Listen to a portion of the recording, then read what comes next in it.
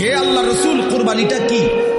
নবীজি বলছে সুন্নাতু আবিকুম ইব্রাহিম, তোমাদের পিতা ইব্রাহিমের সুন্নাত।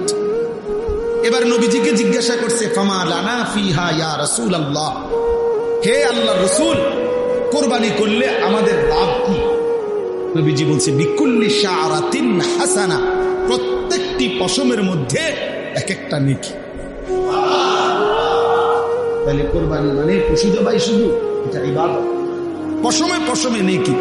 আচ্ছা, আরো শুনেন, নবীজি সাল্লাল্লাহু আলাইহি সাল্লাম বলেন মা আমিলা আদমিন মিন আমালি ইয়াউমিন নাহর আহাব্বা ইলাল্লাহ মিন ইহরাকিদ দাম। আল্লাহ নবী সাল্লাল্লাহু আলাইহি সাল্লাম বলেন, কোন মানুষ কুরবানির দিন আল্লাহর সবচেয়ে প্রিয় উত্তম আমল যা করে কুরবানির দিন, সেটা হলো ওই পশু জবাই। এরপরে নবীজি বলেন